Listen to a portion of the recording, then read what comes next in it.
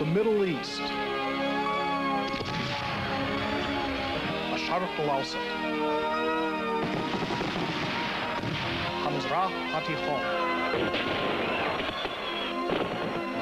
חבר מיונה. אורתודוקס.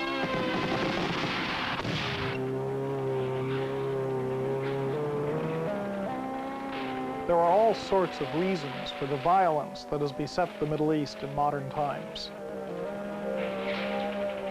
But much of this turmoil has been caused by the internal political revolutions which have taken place within many Middle Eastern countries since the end of World War II.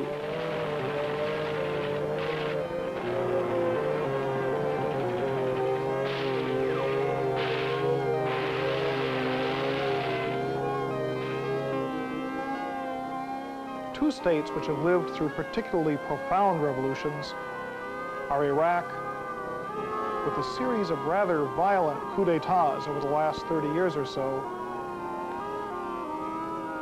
and Iran, with its Islamic Revolution of 1979.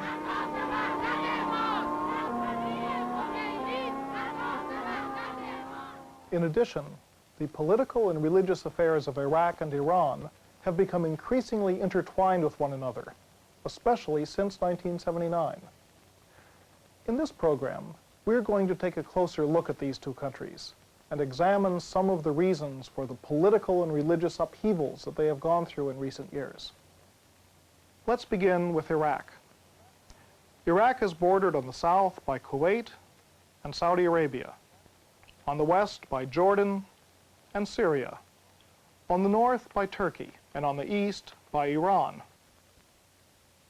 The population of Iraq is now nearly 15 million, of whom 75% are Arabs, 15% Kurds, and 10% Persians, Turks, and Assyrians. 55% of the Iraqis are Shia Muslims, 40% are Sunnis, and 5% are Christians. For a personal view of what's been going on in Iraq over the last 40 years or so, we'll now hear from an expert from that country, Dr. Mohammed Alwan. You know, as a person growing in Iraq, we felt that Iraq was getting a very bad deal from the British, obviously. And as an Iraqi, I felt that the Iraqi people are not getting enough from their own country. The oil was being exported at cheap prices. The Iraq was used for a variety of military purposes and so on. And there was tremendous turmoil in the 40s, which culminated in the uprising of 58. The major underground parties were actively working against the monarchy and against its main representative, Nur Said.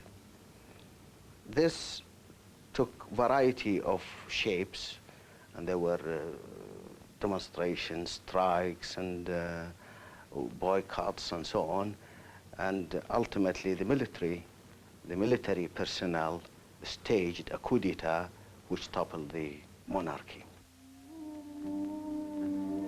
The condition of Iraq improved tremendously after 58. But this does not mean that Iraq was prosperous or Iraq was shaping up. The event that led to 58 did not completely go away. The politics of the country continued to be shaky, continued to be in a state of flux, which ultimately led to the murder of Abdul Karim Qasim in 63. And ultimately the Ba'ath took over, and that shaped what I call Iraq in the 70s and early 80s. Iraq had a history, a tremendous history of violence. Violence is not recent to Iraq. Probably it goes to the Abbasid times. And it's very difficult to explain the root of violence in Iraq. But certainly the physical conditions of Iraq, as well as the composition of the population, led to that turmoil. As you know, Iraq is composed of a number of ethnicities. You have Shi'is and the Sunnis, and you have, beside the division among the Muslims, a large minority known as the Kurds. Now, beside these, you have a variety of smaller minorities, such as the Sabi'is, the Yazidis, the Alillahis, and the various Christian sects. Of course, all of these minorities, if you want, have legitimate right to the country and have legitimate right to their own background. And these were never met, and I'm not really certain that they are met today.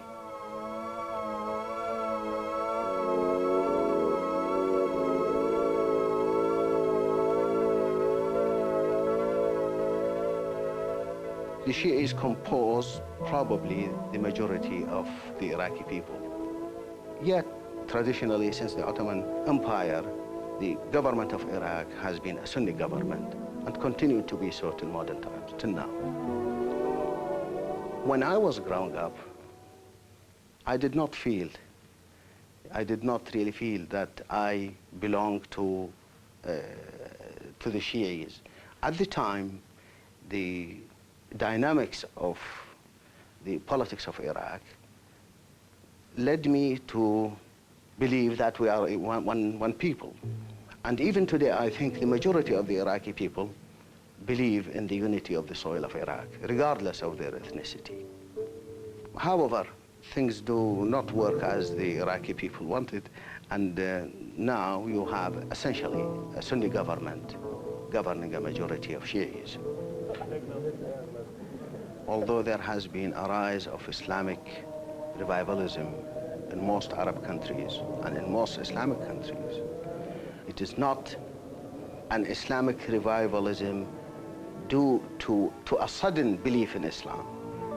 Islam is being used by a number of politicians as a peg for political purposes. I think that's being done in a number of Islamic countries and to some extent in Iraq too. I don't think that will work. I believe that Islam is there to stay. But the Arab, including Iraq, live in a complex world that has to be taken into consideration. And therefore, I do not think that there will be any Islamic revivalism in Iraq. Certainly not the Islamic revivalism that is present in Iran. Also, I believe that the Shi'is are not so much interested in Islamic identification with Iran. They are far more interested in bettering their own lot within Iraq. I am a Shi'i myself, and I feel very strongly that if the Shi'is are given the opportunity to flourish within the framework of the government, they would have no need at all to identify themselves with Iran. In fact, they do not identify themselves now with Iran. The Shi'is have been, for a long period of time, contributor to the Iraqi culture. Most of the PhD carriers in Iraq are Shi'is. Most of the intellectuals are Shi'is. Most of the poets are Shi'is. Most of the engineers are Shi'is. And therefore, there is no need for them. They have no inner need to be identified with another country. I said it, I think, once before, and I'll say it again, that the vast majority of the Shia people believe in the unity of the Iraqi soil. As to where to go from here, this is very difficult to say. I believe that there will have to be, I do not know, in 5 years or 10 years, or 2 years, I believe that there will have to be some kind of unity among the Iraqi people and within the Iraqi government. I do not think that will come very soon. I do not think that will come without bloodshed. I think there will be tremendous amount of bloodshed before we arrive at that stage. There will have to be basic changes in the structure of Iraq, or rather of the Iraqi government. You will have to give greater power or participation to the Kurds, to the Shias, to the other minorities. And that is not going to come very easily. But it will have to come, because without it, I don't think Iraq can survive.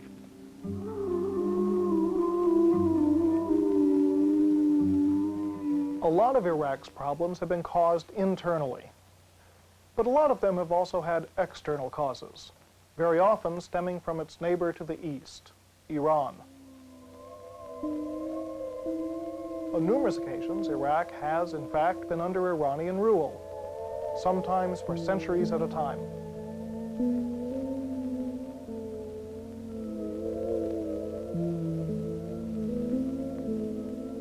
And throughout the 20th century, there have been many territorial disputes between Iraq and Iran.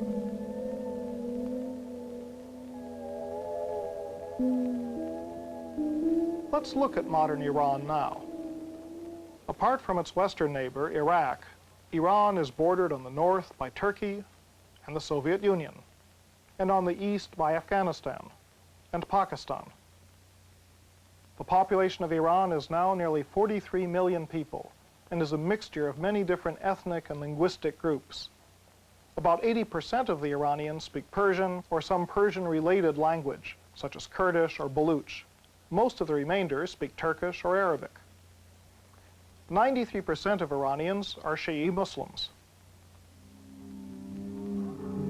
Now we'll go to an Iranian historian for an account of what's been happening in that country since the end of the Second World War, Dr. Shaul Bakhash.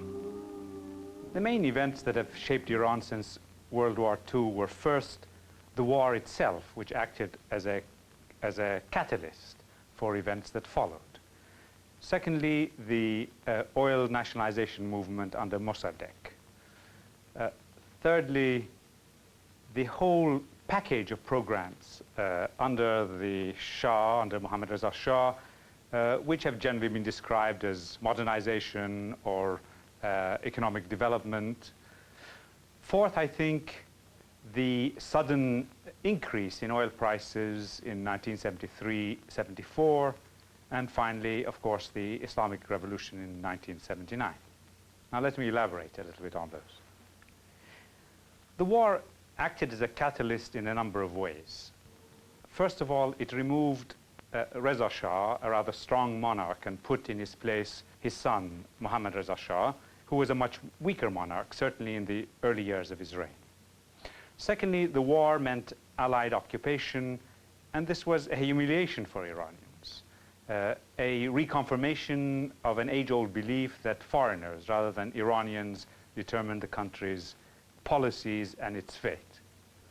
The war also, although it brought a measure of economic development to the country because of the infusion of foreign funds, nevertheless was economically disruptive. There was a very rapid inflation, heavy pressure on the poor classes, and therefore an increase of economic unrest. It was these various dissatisfactions and pressures really which erupted into the second major crisis, which was the oil nationalization crisis of 1951-53. The oil nationalization period was important also for a number of reasons. First, of course, in the attempt to reassert Iranian sovereignty over the oil industry, then pretty much run by a British-owned company and behind it the British government, the crisis was a reassertion of Iranian nationalism against foreign control. Secondly, of course, the crisis yielded in Mossadegh a national leader who remained a kind of a hero for years after the crisis itself was over. Thirdly, Mossadegh was overthrown with the help of both the Americans and the British, and this left a legacy of resentment against the Shah and the way he had reasserted his authority, which he really never lived down. And the revolution of 1979 was, in a sense, the playing out of this earlier and unresolved crisis. And finally, I think the oil nationalization crisis showed again, as often in earlier periods of Iranian history, the ability of a leader, in this case Mossadegh, to mobilize the masses, and the difficulty of controlling forces once the masses had been aroused. After 1953, after the overthrow of Mossadegh, there was, of course, a period of political repression, a period in which the royal authority grew. But I think the main feature of this period was a continuation of the kinds of policies that were pursued under Reza Shah.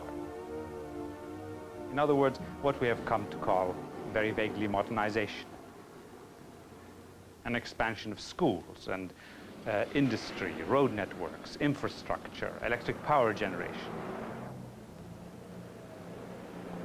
Between 1963 and 1973 particularly, this period of rapid economic growth, the growth of economic employment and educational opportunities, was very impressive by any measure.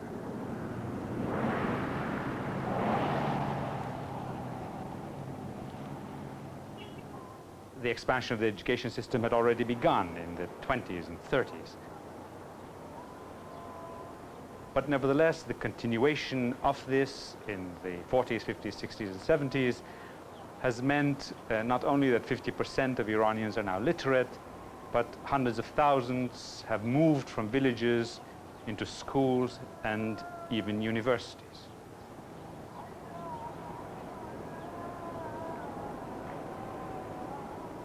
But there were problems, and these became exacerbated by the sudden increase in oil revenues in 1973, 1974. Now, oil, of course, was crucial to the Iranian economy, and the revenues secured from oil fueled economic development, paid for foreign imports, really were the main source of the whole industrialization program the government was pursuing. But in 1973-74, Iran's oil revenues leapt from about $4 to $5 billion a year to $20 billion a year. The Shah, believing that finally the one restraint that had always been exercised on Iran had been removed, decided now he could accomplish in a few years what he had always hoped, what he called making Iran the fifth greatest power in the world.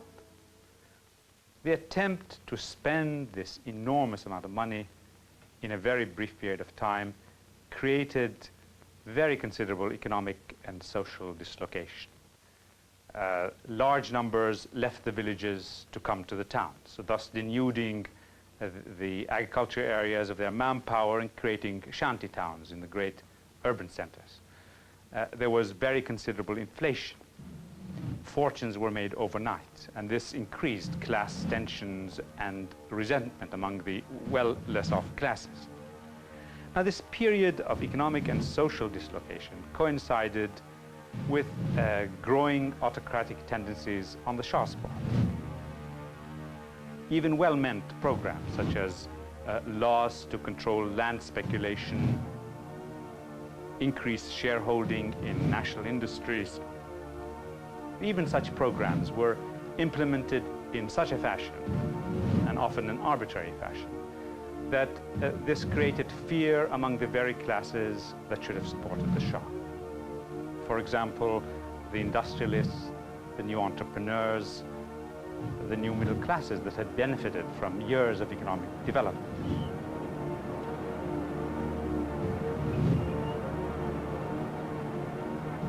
At the same time, there was an increase in political repression through the security police, repression of the press, more arrests of political dissidents, and the like, so that the intelligentsia grew increasingly alienated from the regime. Thus, when the revolution came, the Shah not only faced a mass of opposing groups, but also no support from those very groups that should have seen their interests as closely tied with the monarchy. The revolution itself, of course, the last of the series of events since the war I have mentioned as being very important, has greatly changed the very structure of Iranian government and economic and social life. A monarchy has been replaced by a republic. A largely secular government has been replaced by a quasi-theocracy. There has been, I think, a significant change in the ruling elites. The old civil service and court elite under the Shah has been largely replaced by new social groups.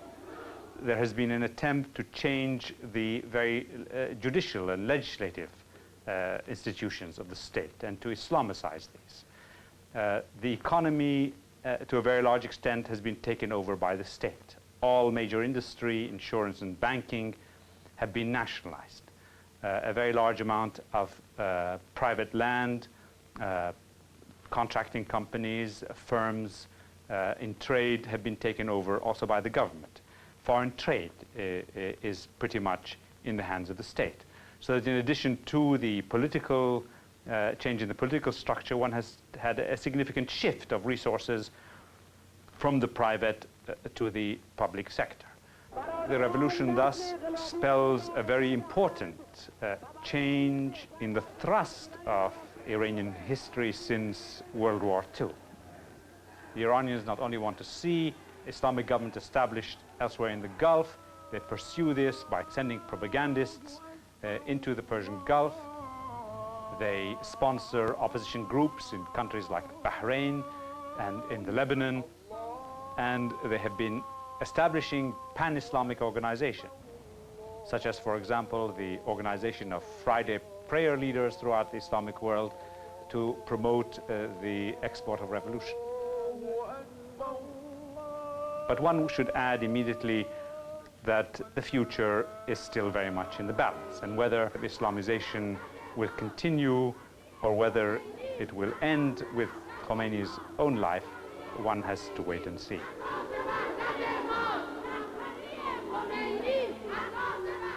Revolutions in the Middle East are not, of course, confined to Iraq and Iran. But the general instability of Iraq tends to affect the affairs of many of its neighbors. What happened in Iran in 1979 may well be the precursor of other religious revolutions in the Middle East.